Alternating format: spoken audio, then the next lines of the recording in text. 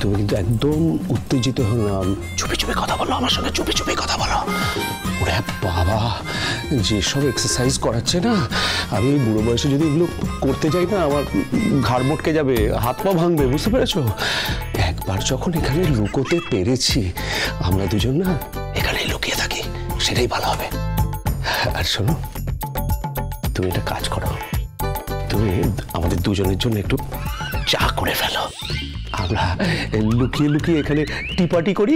উফ দাদা, আপনি পারেন বটে।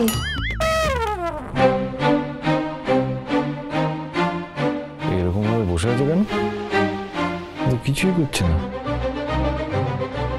দাঁড়া, আমি থাকতে যোগা টিচার দেখাচ্ছি মজা।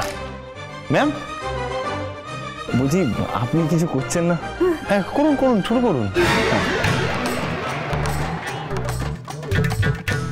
বলছি শুরু করুন। হাঁটু দুটো ঠিক জায়গায় আনুন।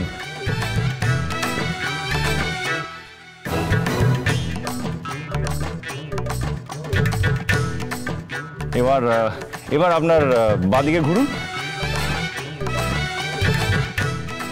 বাবা, আপনার বডি তো আসছে না, দাঁড়ান আমি হেল্প করছি। হ্যাঁ হেল্প করছি।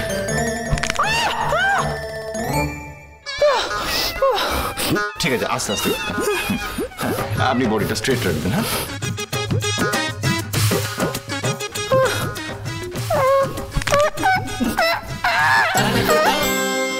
আপনি আওয়াজ করছেন কেন বলুন তো? আপনি কি প্র্যাকটিসের বাইরে? আপনার তো এগুলো ভালোভাবে করার কথা। যাই হোক, আপনি ফোকাস করুন। হ্যাঁ, আচ্ছা, এবার পাটা চেঞ্জ করতে হবে। কেমন? হ্যাঁ, মানে এবার উল্টো দিকে। তুমি যেদিকে এতক্ষণ পড়েছিলে সেটার উল্টো দিকে। Good ma'am, good. এই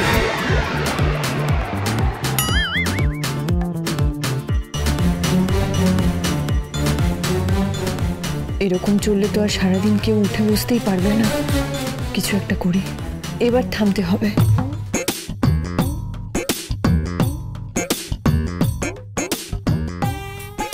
এই সোনা পিঠিয়া, তোর বাবার জন্মদিন তো এসে গেল, ব্যবস্থা কখন করবি? এসব তো অনেক হলো, এবার থাম। হ্যাঁ সত্যি তো, এবার বরং থামাই, বলো। ও বাবা, মন দিয়ে ফাঁকি মারবে না, কেউ ফাঁকি মারবে না। বলছি তুমি স্নানে যাবে না? তোমাকে তো অফিসে যেতে হবে। ও হ্যাঁ, তবে স্নানে যাও।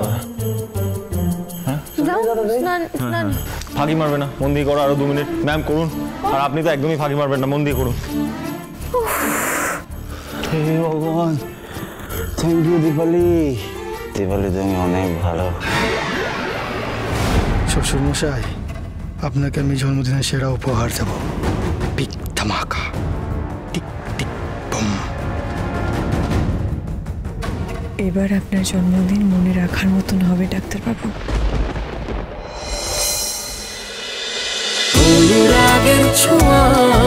অনুরাগের ছোঁয়া, সোম থেকে রবি প্রতিদিন রাত 9:30টায় স্টার জলসায় ও জিও হটস্টারে।